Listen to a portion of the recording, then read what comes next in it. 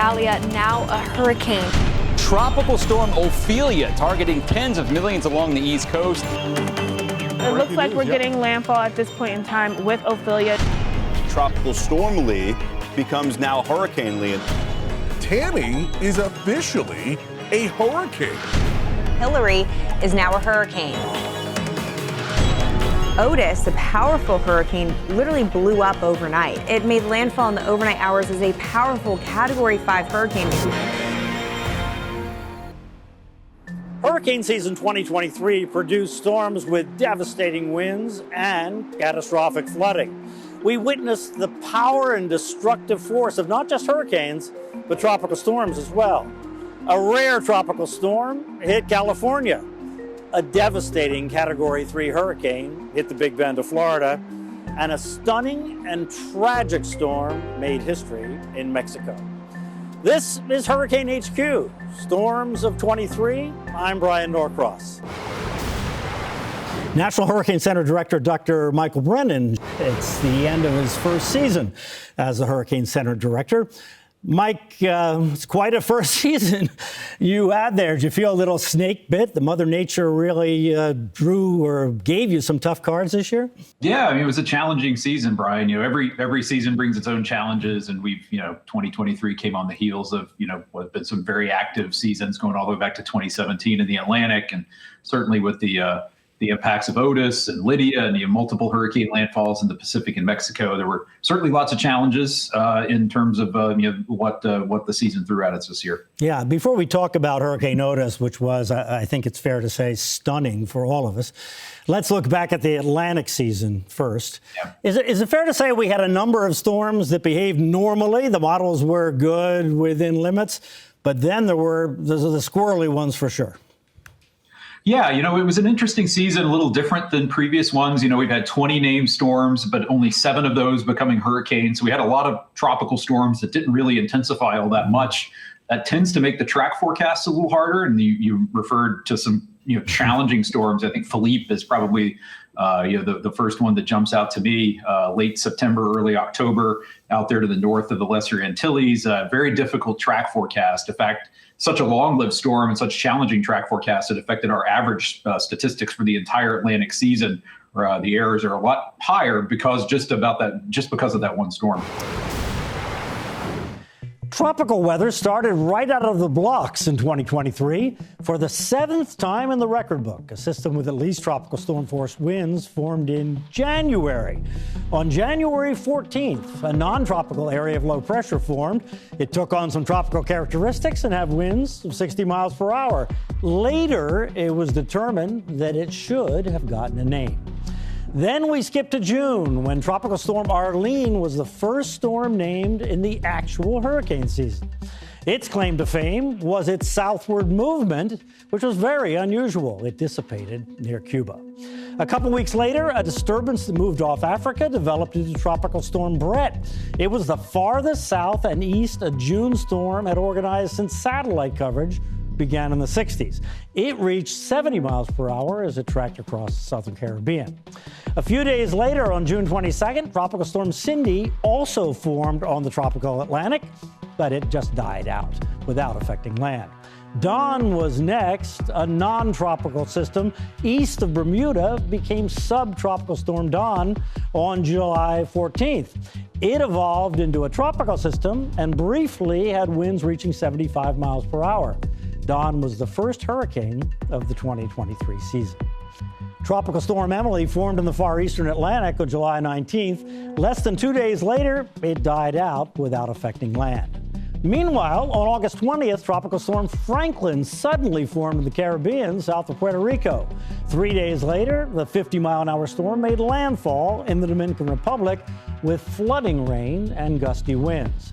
Well north of the island, it eventually became the season's first Category 4 hurricane on August 28th. 2 days after Franklin, Tropical Storm Gert formed east of the Caribbean, but it turned north over the open ocean.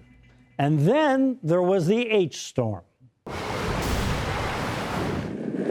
Well, Amy, right now the rain is pelting me in the face, and it actually hurts just a little bit here. And because of these intense winds, I mean, I can barely see, maybe about a quarter of a mile away. While Franklin and Gert were getting organized in the Atlantic, Harold was trying to form in the Gulf. Finally, on August 22nd, Tropical Storm Harold was named just before the storm made landfall with 50-mile-per-hour winds on Padre Island, Texas. It took a while, but Harold finally formed just offshore of the South Texas coast. As it tracked inland, it dumped a swath of much-needed rain over drought-stricken South Texas. More than 5 inches fell in Corpus Christi, with peak amounts near 7 inches. Wind gusts up to 67 miles per hour knocked out power to more than 35,000 homes. Though on balance, Harold helped more than it hurt because of the beneficial rain. The city of San Diego has closed all beaches. Looks like they may have triggered some evacuation orders. Think about this. A lot of people have been preparing for this, getting ready for it, and they're used to the rain and the winter after the winter we had. Flash flooding is a huge deal. Even get out of their homes, a local home care center. This is a situation that people here have said they've never seen before. Hillary made landfall in northern Mexico and hung together as a tropical storm, dumping tremendous rain, even as it tracked into Southern California. Hillary began life as a tropical disturbance that moved off of Central America on July 12th. Tropical Storm Hillary began life on August 16th from a disturbance off the southern coast of Mexico. From the get-go, it was forecast to rapidly intensify and head on a super unusual track toward California. The first ever tropical storm watches went up for Southern California 2 days later, followed by a tropical storm warning on the evening of the 18th from the ocean to the deserts and all of SoCal, including Los Angeles, San Diego, and Palm Springs. Hillary weakened as it zoomed to the north, but the rain threat increased as tropical moisture pushed across northern Mexico and up against the mountains that crisscross Southern California, producing a high risk of flash flooding in the desert valleys. Almost a foot of rain fell in the San Jacinto Mountains, which tower over Palm Springs and neighboring Cathedral City. Floods overwhelmed the drainage systems in the valley, mixing with desert sand to produce a mud zone of epic proportions. Fox weather correspondent Nicole Valdez joins me now. She was on the ground as Hillary walloped parts of Southern California. Nicole, welcome. As Hillary was approaching, all of Southern California was on alert. We knew the rainfall would be especially bad near the mountains, but were the people in Cathedral City that you talked to worried ahead of time, or was this a massive surprise when this incredible flood hit them? Well, Brian, I think a lot of people who lived really in the Palm Springs area were sort of torn on how to feel. Some of them were very worried. In fact, we saw dozens, if not hundreds of people flocking to sandbag filling stations to try to get ahead and prepare and protect their homes from what they were expecting and what was being warned, which at that time was really that flash flood threat. With that much rain falling on a desert region in such a short period of time, a lot of people were concerned that the water would be the biggest threat to their lives, to their homes. Now, the good thing about a region like this is that it has these washes that are sort of built and designed to fill up with water to prevent any kind of significant flooding. But still, there is really a threshold, right, of what is too much water. And those washes were completely overflown at one point. Yeah, it was stunning. Yeah, once those washes fill up, the water has to flow out and into where people live. So what did people tell you about the event? Did the water kind of rise slowly, or was it a sudden flash flood where suddenly their neighborhoods were full of water and mud? I think there were different areas that experienced different things. We had Palm Springs, for example, that it was sort of a slow rise of the accumulation of water coming down from the mountain, that mountain runoff, right? So we started to see roads flood. We started to see firefighters go out and try to make sure that people weren't driving through them to avoid some water rescues, even though we had to unfortunately see that unfold. But on the flip side of it, in Cathedral City in particular, what started out as, a lot of rain in a 24-hour period, several inches of it, it wasn't necessarily flooding that became the problem. It was a massive mudslide. And the images and the scene in that moment was breathtaking. I mean, you had an entire community that was essentially stranded in their homes. The road ahead of them, so right outside their driveway, caked in several inches, maybe even almost a foot of mud. There was no way to get out. People were trying to use shovels. They were trying to call for bigger trucks, for heavy machinery to sort of really slowly try to dig them out of that situation so people could get to work, to get the resources that they need if they didn't already have it. It was quite the surprise for that community in particular. And again, right next to that busy freeway that also suffered the same result. I mean, it was really difficult to see people who lived there sort of struggling to figure out how they were going to get through those next few days. I watched families actually pulling up their pants, their jeans, and trudging through that very thick mud that was actually at that point hardening as the sun came up. So we actually tried to get to a couple homes that we saw people sort of standing in the driveway, looking around, trying to figure out what to do, asking them, hey, are you okay? Do you need anything? And at one point, your boots would get sucked in by the pressure of that mud. So it was an absolutely incredible experience, something I had never seen before in my reporting career. Yeah, to get that incredible amount of rain in the desert, the combination of the tropical rain and the desert dirt is something that doesn't happen very often. Nicole Valdez with Fox Weather. Thanks. Ahead, we're looking back at the strongest storm to hit Florida's Big Bend in more than 125 years. A closer look at what made Hurricane Idalia one for the record books.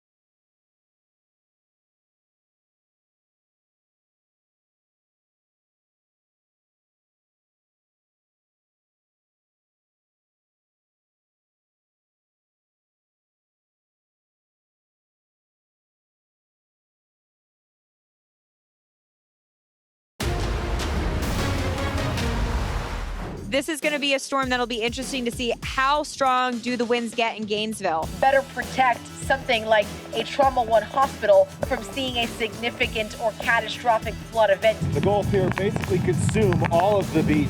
These waves are becoming on land. I mean, this is a significant threat here. This store, the front of it just collapsed down. So they have some pretty bad damage here. You can see how much work they have cut out ahead of them. And it's really tough watching you guys do it. Florida is no stranger to destructive hurricanes, of course. From Andrew to Michael to Ian, Florida's been a magnet for major storms, especially lately.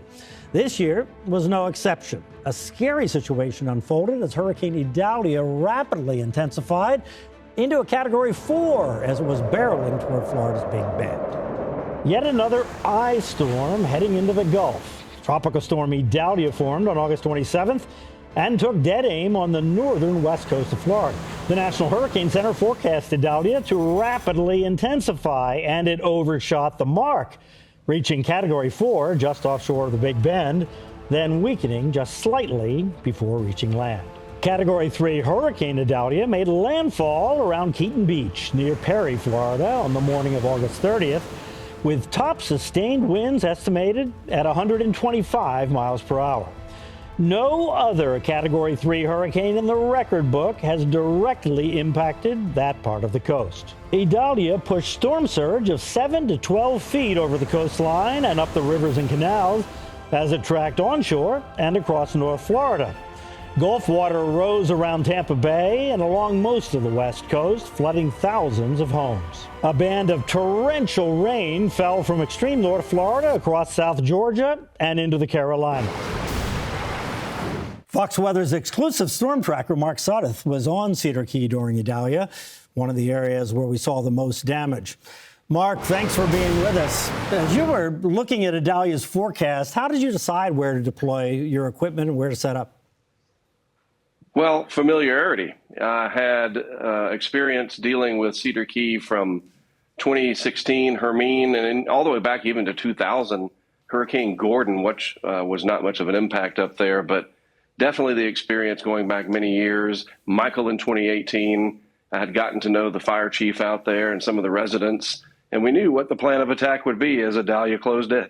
So I remember in Hermine, you put a camera on a bridge, as I recall. Describe your equipment and how you mount it and how you keep it secure in an area that you know that there is going to be significant storm surge.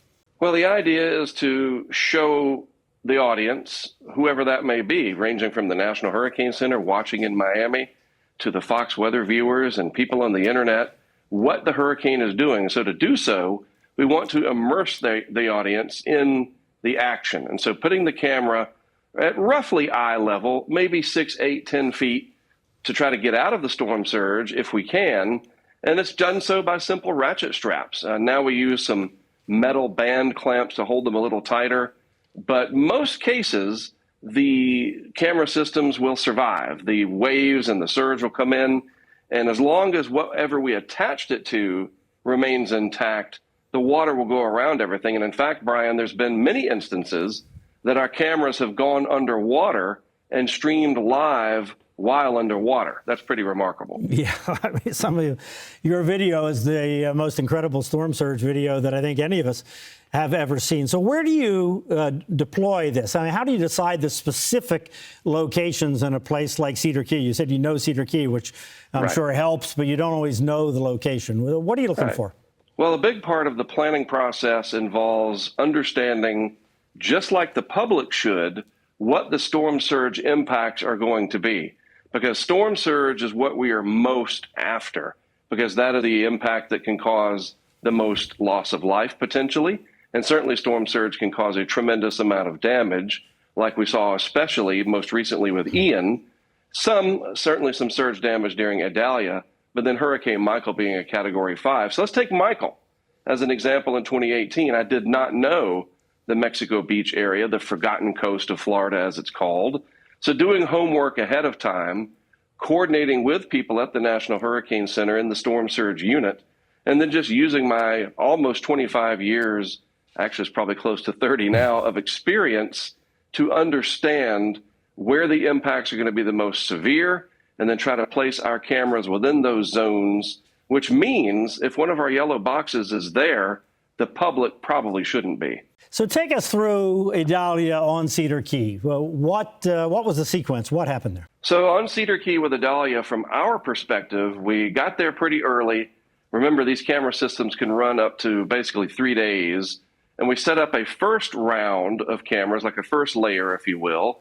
And it included Cedar Key, Horseshoe Beach, and some areas near there, Steenhatchee, all right? And then we went back the next day as we got more information, and it looked like Idalia was going to potentially be stronger, and it was.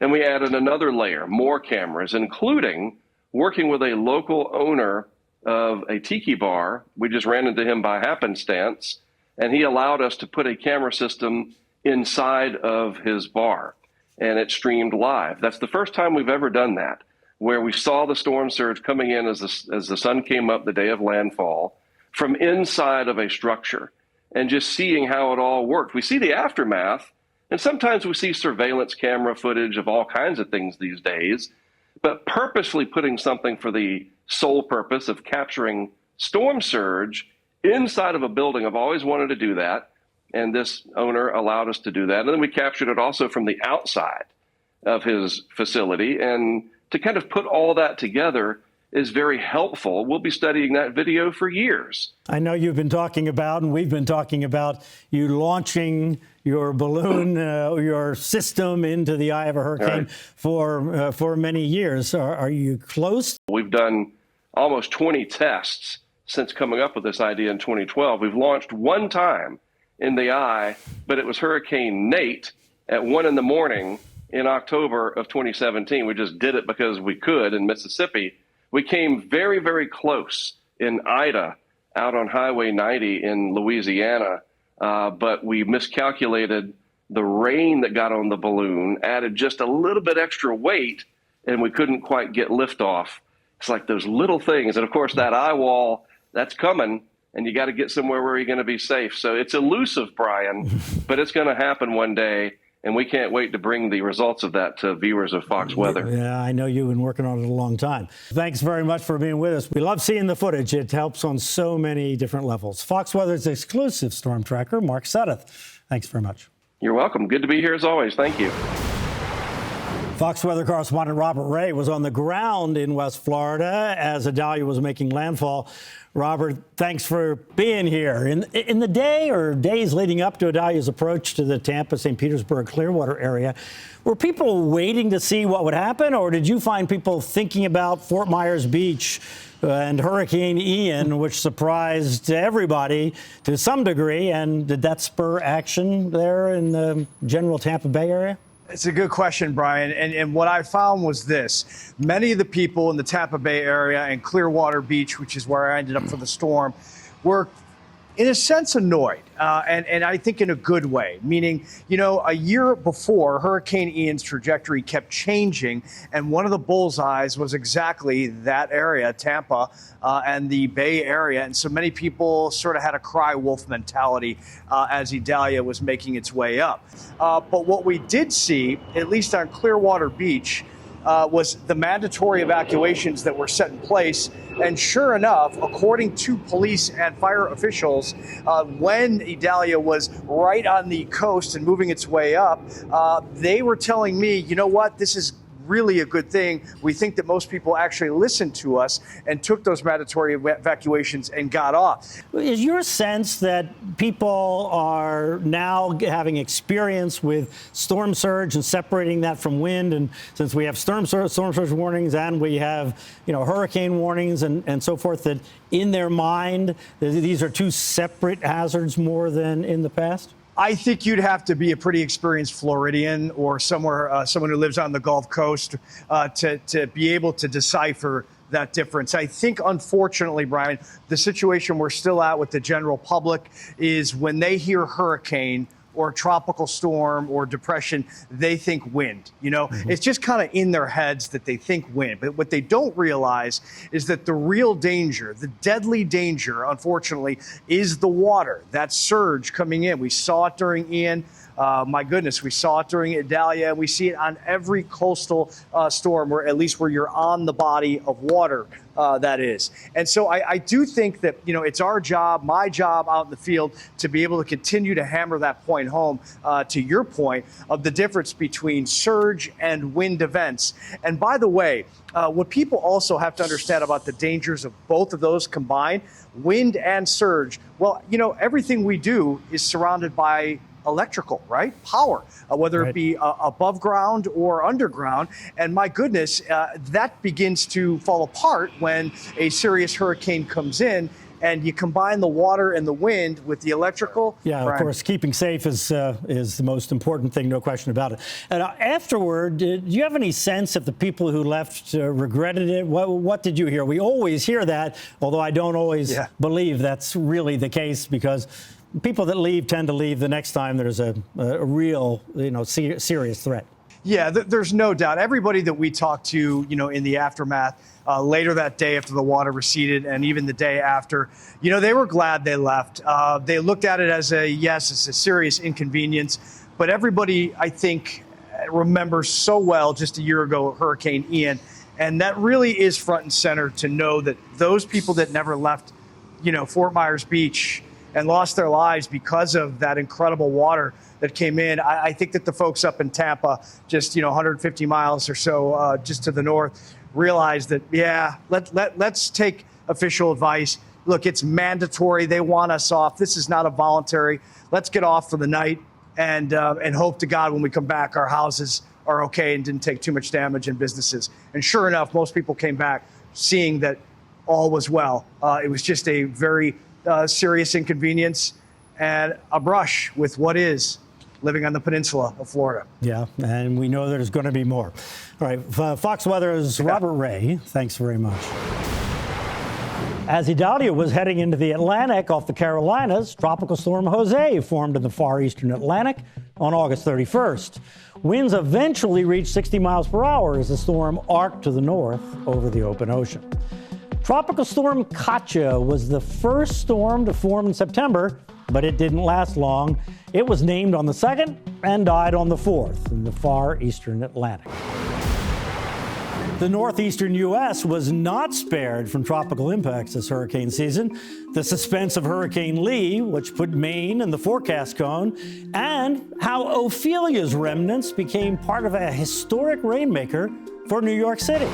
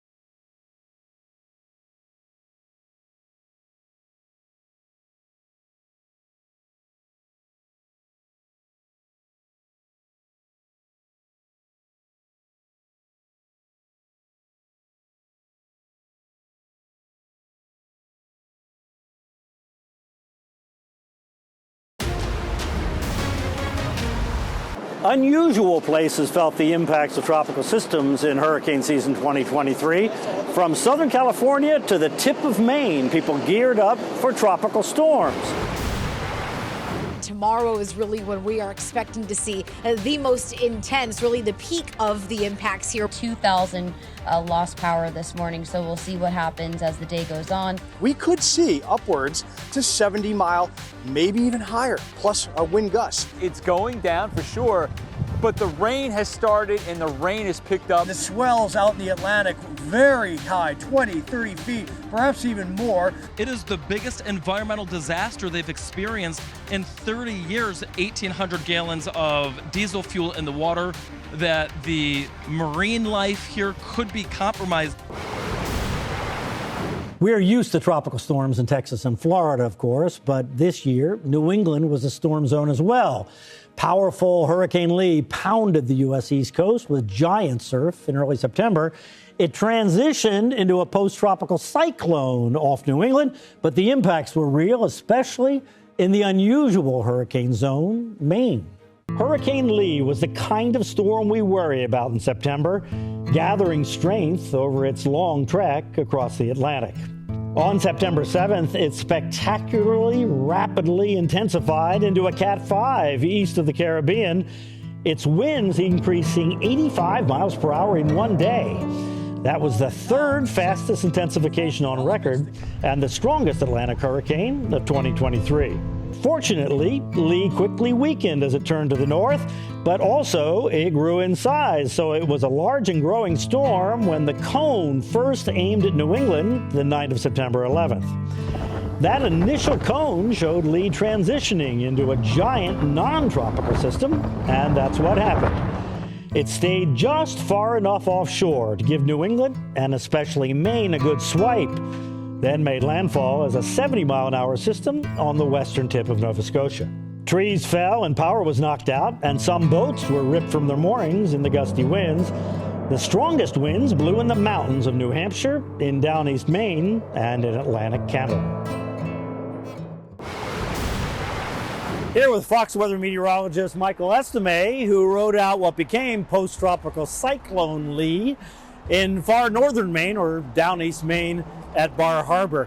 When you first got to town, what was the vibe like in town? Were they preparing for some kind of special event, or was it really like a super strong nor'easter or something like that? I would say it was much more of a moderate to strong nor'easter is what they were preparing for. I think our forecast was good. on September the 2nd through September the 6th, when we were watching Lee as a tropical wave off the coast of Africa and then becoming a Category 5 storm, a lot of people's attention was spiked. Yeah. And I'd say really the Gulf of Maine, projections were showing that it was going to influence and impact that part of the country. And so they were well prepared for it. And I think that Bar Harbor did a really good job before preparing residents, infrastructure for the storm. Could you see physical preparations around town or along the waterfront? Absolutely. Yeah. They had folks and they had roadways that were not only closed, but they had signage that I remember seeing as we were driving into town that actually said, hey, listen, there's a storm this weekend, be prepared. Yeah. So they were ready. So they were ready. So the people there are largely dependent on the water, right? There's a lot of fishing boats and tour boats and so forth. What do they do with all the boats? It's so interesting. So what we learned is that in order to protect boats from capsizing, what they did is they put these boats basically in the middle of the bay, and they had some boats being manned where literally there would be folks on the boat that would steer in the direction of the wind so the boats wouldn't capsize. Right. However, we encountered, though, Brian, a boat that was not manned, that was moored, is what they call it, basically placed in the middle of the bay to kind of fend for itself. And what happened was we were on the air live watching this as it happens. We have really incredible video of it too, where the boat became unmoored, unhinged, and then slammed not only up against a pier, but also up against a rock wall, causing pretty much catastrophic damage to the boat. The boat would have to be scrapped at this point, is what they shared with us. And it also created a big environmental disaster too, because 1,800 gallons of fuel ended up leaking into the bay. And according to a Marine patrol officer, he told me, and he's been there for like 25, 30 years, he shared with me that this was the biggest environmental disaster that he's ever seen. Right. And to talk about the tide that you saw, you were right on the water there where you can see all this happening, but the tides there are pretty spectacular. It's something to see. It's a big thing to see too. Yeah. You think about the Gulf of Maine, especially places like I think it's the Bay of Fundy, is what it's called, and they're known for these enormous tides. They can recede by upwards of 10 to 12 to 15 feet at times. In Bar Harbor, it was like 11 feet or so.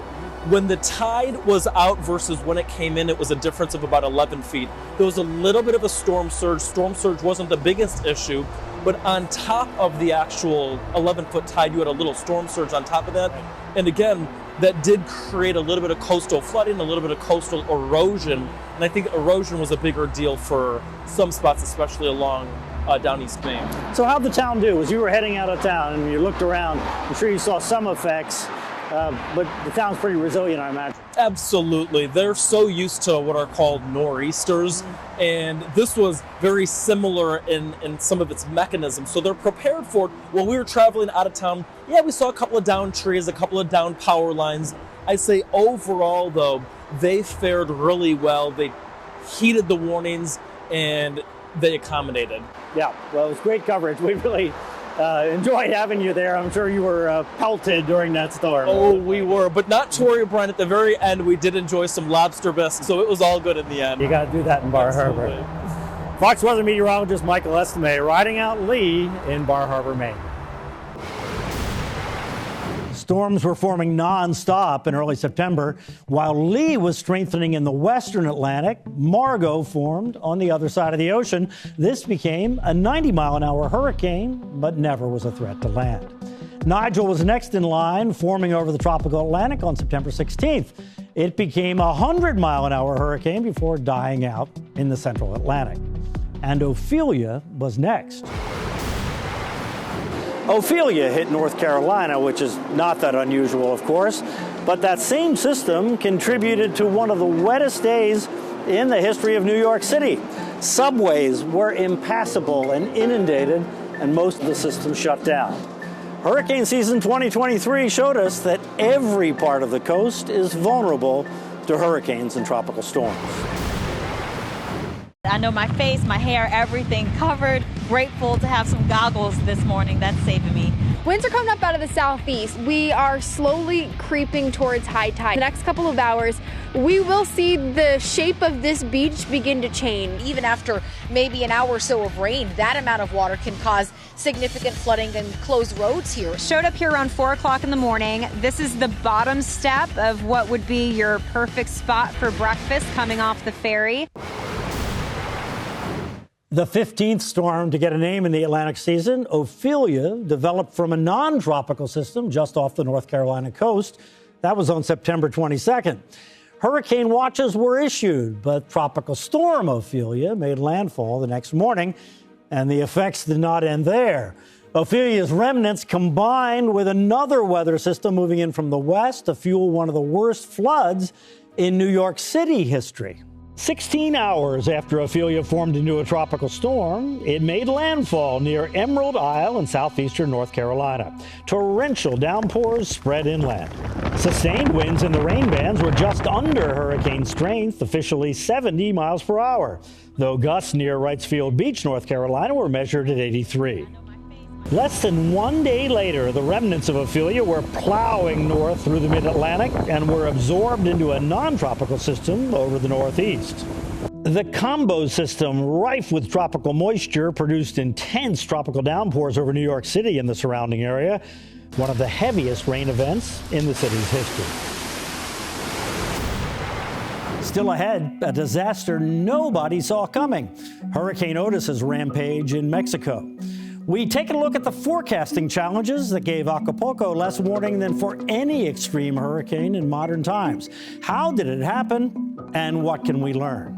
That's still to come.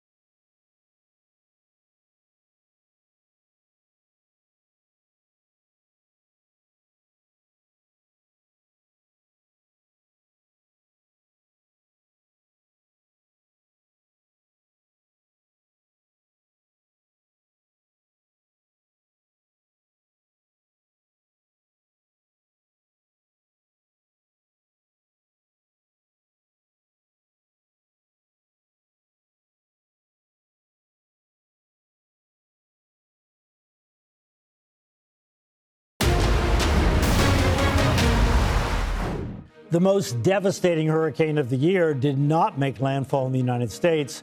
Hurricane Otis brutalized Acapulco, Mexico, when it came ashore in the very early morning hours of October 25th. The National Hurricane Center estimated that the winds were 165 miles per hour, a Category 5, the only Category 5 in the record book to hit Mexico from the Pacific. Tropical Storm Otis was originally forecast to weaken as it drifted north toward the southern Mexican coast. The system was predicted to still be offshore in 5 days, but Mother Nature had a completely different idea. 2 days later, Otis suddenly began to rapidly intensify. That evening, it was an incredible, never-before-seen Category 5 bearing down on Acapulco. By the next morning, it was dying out, though dumping torrential rain on the Mexican mountains.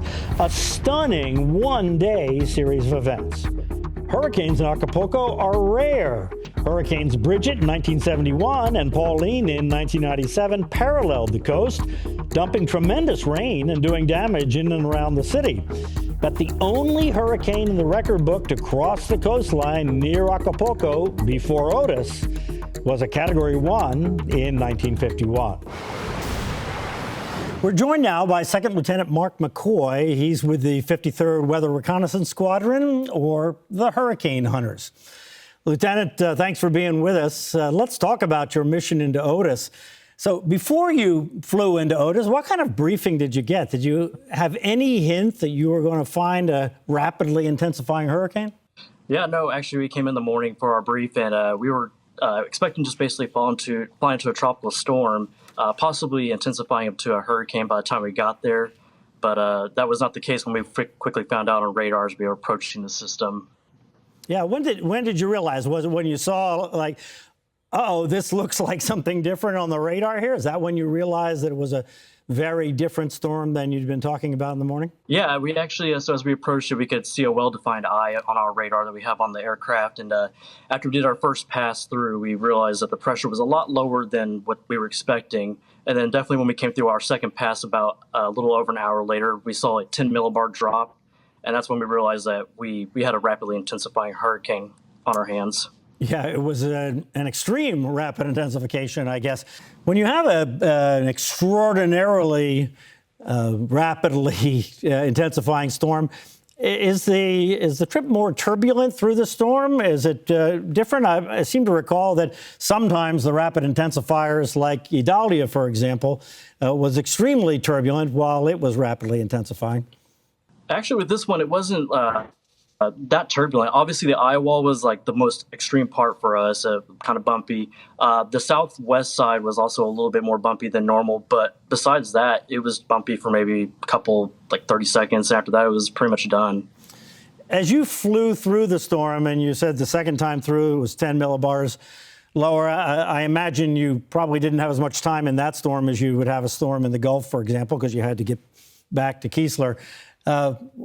Could you see visually that the storm was changing as it was intensifying, or was it all based on what you were measuring? Yeah, so the first pass we did, the eye wall was definitely there. It wasn't quite well as defined. It was a little ragged. The second time we went through, it was definitely more closed off and much more circular, looking like you would see in a more like well-formed hurricane. The winds definitely did pick up, especially in the eye wall. And like I mentioned, the pressure definitely dropped quite significantly within an hour period. Yeah, you dropped the GPS dropsondes out of the plane to measure the vertical column. Is that the best way you get to know what's going on with the winds down at the ocean, or do you use all the sensors on the aircraft to get an idea of exactly how intense the storm is at any one time? Yeah, the dropsondes are main way getting those winds. Just we have other sensors on our aircraft, the step frequency radiometer that will also measure wind speeds, but it's not as accurate as our dropsondes will get. So we try to get those with, especially in the eye wall, so we can get the highest and most intense wind speeds. How long a trip was it from southern Mississippi over to Acapulco and then back? Is that a reasonable flight, or is that a long flight for you? It's a pretty long flight overall. Like to get there and get back, it's a 12-hour day for us. And then how long were you on station then? If it's that long a flight, is that how long the whole flight took? Is that what you were saying? Yeah, so 12 hours for the whole flight. We were in the storm environment for probably about 3 hours total.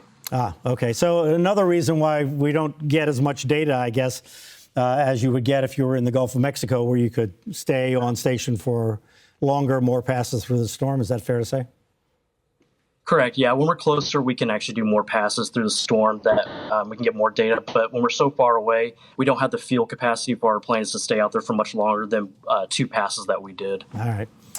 All right, Lieutenant McCoy, thank you so much. Thanks for your work. You help all of us forecasting hurricanes out very much. Appreciate it. Yeah. Thank you.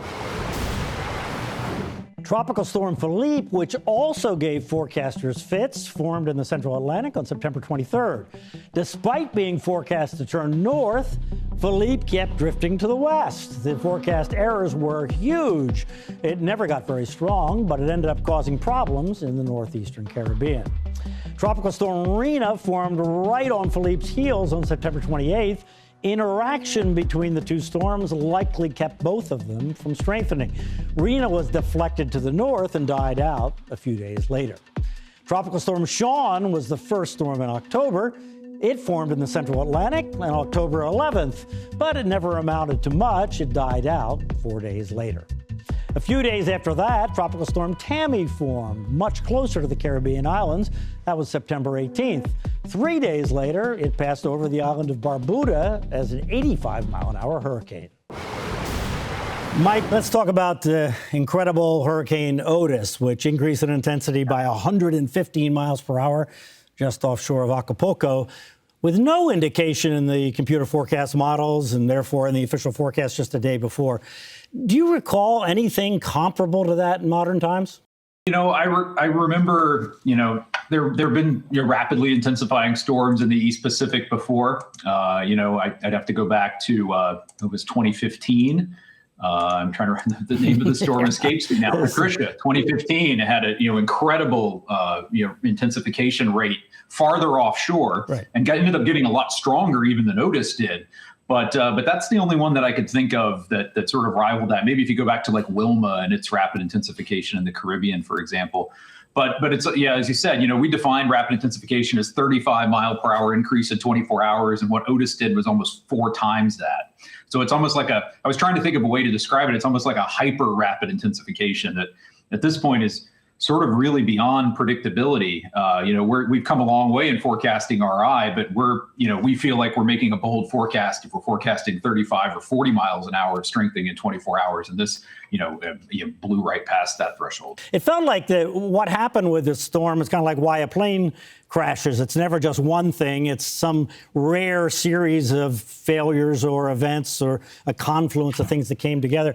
Based on what you know now, do you think there was missing data that was the cause of not really seeing this coming a couple days in advance, or some kind of something in the forecasting process, or what you're thinking at this point? I know you're going to look at it a lot more as time goes on here. Yeah, we haven't had a chance to really dig into it too much yet, but the East Pacific, as you know, is largely a data void in terms of direct observations. We don't have any buoys. There's no radar data. There's limited aircraft reconnaissance given the challenges of flying storms out there. So we don't have the sort of continual aircraft data we might have in a system in the Caribbean or in the Gulf of Mexico that would allow us to sort of keep better track of from an observational standpoint what's happening with the storm, but then also get all that data into the computer model. So I think that's definitely a piece of it.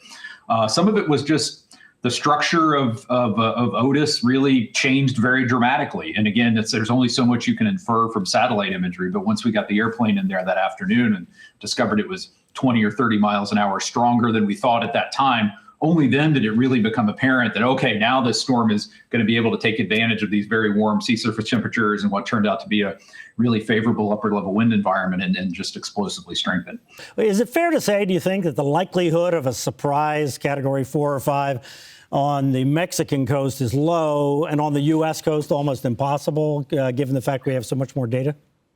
I would hope so. I mean, it's, we don't often see that kind of intensification rate right near land. And again, in the Atlantic side, we do generally have the benefit of a lot more data, a lot more sort of better situational awareness of what the storm's doing at the time.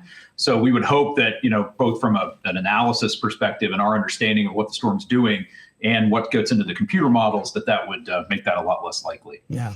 In real time, Otis was estimated to have 165 mile per hour winds at landfall. Do you have any evidence yet that you're going to change that on reanalysis, or what's the process going forward to determine exactly what happened there on the ground and the modeling process before landfall to, determine what went wrong or what could be done differently?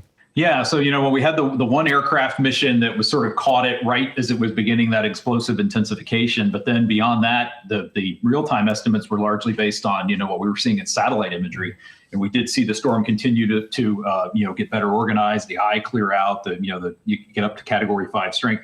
We've only really seen the one in situ observation that I'm aware of that the Tidal Service of Mexico sent out a week or two ago with about 115 mile per hour sustained wind, 205 mile per hour gust.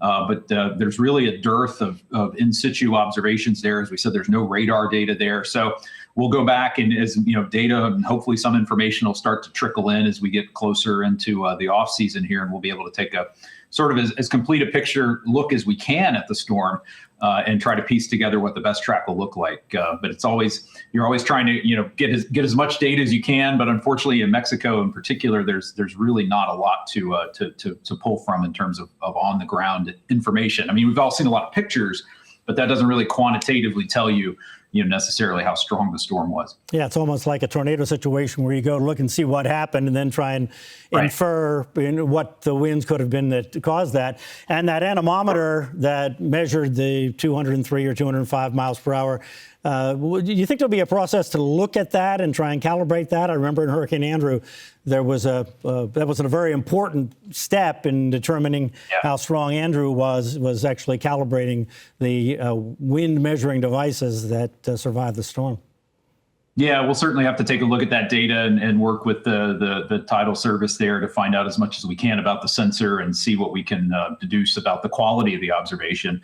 You would certainly seem to be in the right location to get that kind of extreme winds, but for such a high wind measurement, we'll want to take a close look at it in the post-analysis. All right, National Hurricane Center Director Dr. Michael Brennan, thanks very much. As we close the book on hurricane season 2023, we extend our thoughts and support to the people and the families whose lives were upended by storms this year. We hope by telling their stories, it inspires all of us to build better and more resilient communities. Because living along the coast means living with hurricanes, and there is nothing to do but to be prepared. Thank you for joining us through this journey of the storms of 23. Stay safe, stay prepared, and let's continue to weather it together.